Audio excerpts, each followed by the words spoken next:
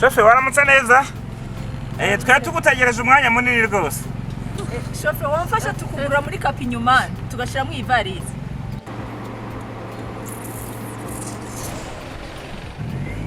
Nonese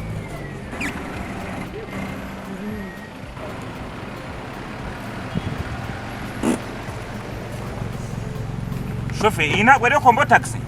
Sibona byanditseko. Batuguye kari wowe uza kudutwara. Dufungure. We. Bandu unakusakusaka magari za watu hivi bila ruhusa. Ngweki? Mbona wewe watu wamena kia kamata wegi sibiko ba maana iko atasanyie. Tumeshakuwa hivi. Mko mnagusagusa vitu ya watu hivi.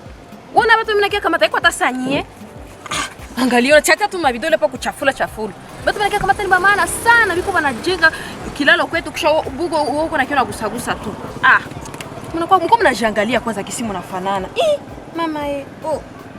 Bana mwende kwanza mwende kule mkamati mataxi zenu kule. Mutoke banduku. Kanye ba tranjika mnakuwa kae. Ngutwasi.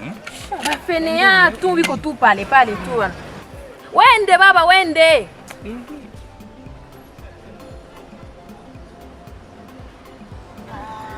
Sumba tu. Allo? Ndiyo. Ni patron anasimamia shantia kilalo. Ndio banduku patron nishafika hapa lakini watu wenye uliniambia sema nikini kama nilishapafika siwaoni. Balikia mbele yangu. Ushanitumia foto? Okay, ngoja niangalie kidogo sikupe.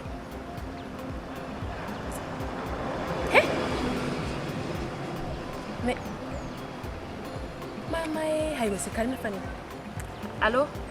Patron vraiment pardon vraiment nisame. Ngoja niangalie kidogo kisha pardon kidogo ndakuita. Mama. Monsieur, madame. Monsieur ingénieur, madame comptable. Nilikuwa nasema tutone mtaxi. Kombo taxi ko pale juu yenu. Vraiment nilikuwa nakia basaidia. Kwe dusubira mu modoka yawe.